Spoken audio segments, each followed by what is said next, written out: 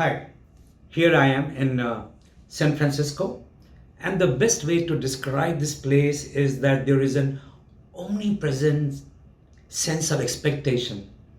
If London feels like rain, the Bay Area feels like creativity.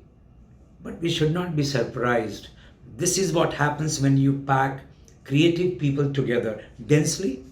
It results in knowledge spillover, or in simpler terms, an incessant exchange of ideas. The more people you pack in, more the creativity, and more people will pack themselves in because of what sociologists call clustering, which is when technocrats want to be where other technocrats are, VCs or venture capitalists wants to be around their own, and engineers wants to be with, well, other engineers.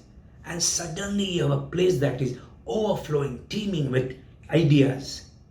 The Bay Area today could remind you of Constantinople and the golden age of Byzantine Empire, when for nearly 500 years that city had the world's best scholars, artists, engineers, astronomers, philosophers, thinkers of all kind coming together to exchange cultures and thoughts. It was in mid 1800s that San Francisco first attracted the world's attention. In one year, 1849, 1850, the population went from 1,000, mere 1,000, to 25,000. And the reason was the gold rush. 170 odd years later, this is still where the gold is, only it is virtual, and the valuation varies with the breeze.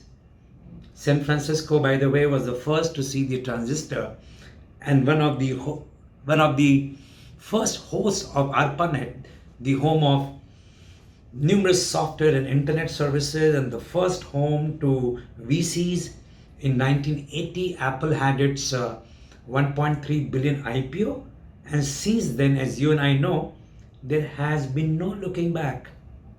It is also home, by the way, to PayPal Mafia, which is former PayPal employees, the famous Elon Musk, Peter Thiel, who went on to found and fund a series of companies including SpaceX, YouTube, Palantir, Tesla, Affirm, Kiva, Yelp, and host and significant others.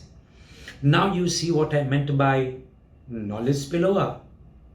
It is also home, by the way, to Facebook, Meta, which we will talk about later. If you were to ask me, San Francisco today is the center and peak of human endeavor and excellence. You look around the busy streets and the buzzing cafes, and you can literally see tomorrow being discussed, debated, and coded. You can feel the energy of ideas taking form. And for an entrepreneur, there is no greater feeling.